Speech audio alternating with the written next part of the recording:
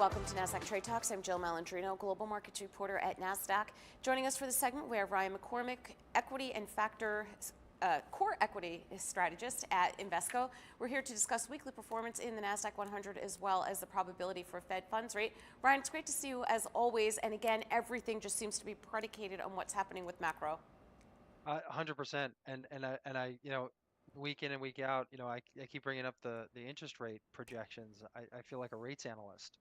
But I mean, this has been the case for the better part of the last 6 months to a year. And it does kind of dominate what goes on within the markets, and specifically with Nasdaq 100 versus even the S&P 500. And I mean, it was a fairly uneventful week, I would say, but with some up and down market action. And when the dust settled, QQQ and QQQM were in positive territory, finished the week by 0.93% and 0.94%. It outperformed the S&P 500, which was up 0.45%, and S&P 500 value actually lost 3 basis points on the week. But last week we saw a little bit of optimism. On Friday, ISM services came in, showed pretty strong expansion, and prices paid eased in February from January. So, I think alongside that, we saw interest rates falling, or specifically the 10-year retreating below 4%, which is a level that had just crossed the day before. But I think ultimately there was some optimism around a soft landing with services activity still robust, and prices, starting to ease a little bit. Although, this year we gave up this week, excuse me, we gave up those gains around some Fed uncertainty and testimony from Chair Powell. And what about Fed funds rate? It seems to be pretty clear what the Fed is telegraphing. Didn't sound as if his messaging had changed much. I just think it's the way the equity market's starting to perceive things and perhaps catching up with the bond market.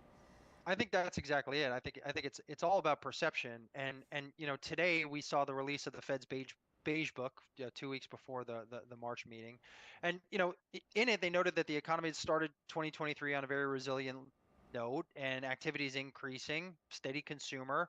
But from a forward looking perspective, the outlook was much less rosy, and heightened uncertainty. There wasn't a lot of expectations for economic conditions to improve.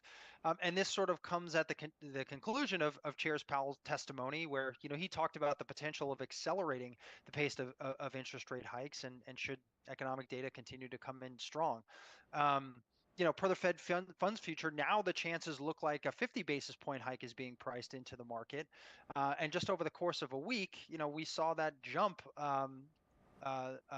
pretty considerably. Today we're looking at an implied rate move of 0.424%, which means there are more market participants that expect a 50 basis point hike rather than a 25 basis point hike. And that looks very different from last week, where the implied move was only 0.31%. So, ultimately, there's a couple of data points before the Fed's meeting. Friday, we get the non-farm payrolls report.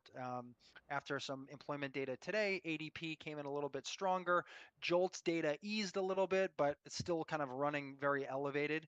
And then next week, of course, we get CPI on Tuesday, PPI on Wednesday, and advanced retail sales. So, kind of a last flurry of economic releases before the Fed meets on the 21st and 22nd. And we thought this week was crazy. Certainly March proving to be the month that it is, between the weather and what's happening in the markets. So let's take a look at the sectors that were leading the way in terms of performance. Yeah, so for QQQ relative to SPY, or the S&P 500, lack of exposure to financials was the biggest contributor to outperformance. And overweights to technology and communication service also helped relative performance against SPY. Interesting, consumer discretionary was by far the worst performer in QQQ, and the sector was dragged lower by Rivian Automotive. They reported earnings last week. Sales missed estimates. Forecast for vehicle deliveries came up pretty short against analyst expectations. And then this week, the stock came under some further pressure after it announced it's going to be raising $1.3 billion through the sale of green convertible bonds.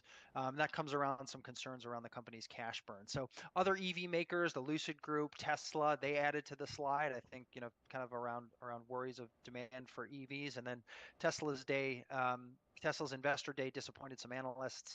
Very few specifics around company deliverables and lack of detail around a new model. So a tough week for the EV market. But when the dust settled again, QQQ and M outperformed the S&P. All right, Ryan, appreciate the insight as always. Thanks for joining us on Trade Talks. I'm Jill Malandrino, Global Markets Reporter at Nasdaq.